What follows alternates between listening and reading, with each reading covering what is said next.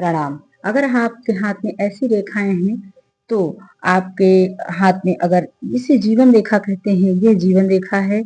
और ये आपकी मस्तिष्क रेखा है, ये आपकी भाग्य रेखा होती है, और ये आपकी हृदय रेखा होती है। अगर इन चारों रेखाओं को कहीं से इधर से आती हुई रेखाएं अगर काटती हैं इस प्रकार, तो ये आपकी राहु रेखाएं होती हैं।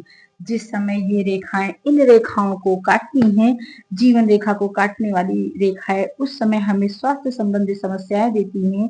और भाग्य रेखा को काटने वाली रेखा जो होती है वो हमारे व्यापार में और जीवन के में आर्थिक उतार चढ़ाव देखने को मिलता है। और हृदय रेखा को काटने वाली रेखाएं जो होती हैं वह हमें किसी अपने का बिछोह या अपने की हृदय से तकलीफ मिलती है, बिछोह का। और अगर वही रेखा मस्तिष्क रेखा को काटती है तो हमारे जीवन में उस समय परिवार में कोई हानि होती है, किसी को परेशानी होती है या किसी प्रकार की दुर्घटना होती है।